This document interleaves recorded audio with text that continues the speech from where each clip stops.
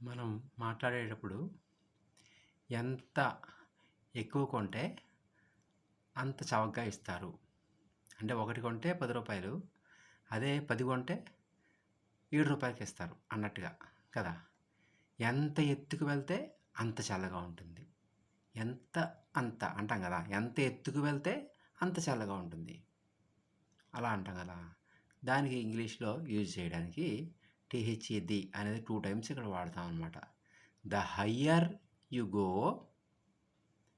The higher, higher, highest. దీంట్లో comparative degree higher అనేది తీసుకుంటాం. Higher, highest. The higher you go, the cooler you feel. The cooler, cooler, coolest.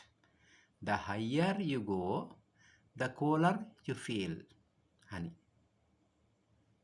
అలాగా మనం దీంట్లో the కూడా వాడతాం.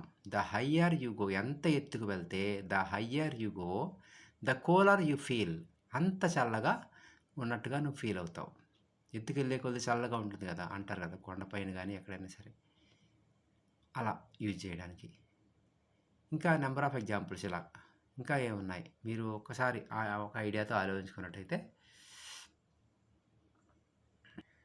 నువ్వు ఎంత ఫాస్ట్గా నడిస్తే అంత ఎర్లీగా వెళ్తావు అనడం కోసం the faster you walk, the earlier you reach. The faster you walk, the earlier you reach. ఇలాగా యాడ్జెక్టివ్స్లో లెస్సర్, హయ్యర్, టాలర్ ఇలాంటివి మనం యూజ్ చేయాలన్నమాట. ది అనేది ముందు ఉపయోగించి ప్రాక్టీస్ చేయండి.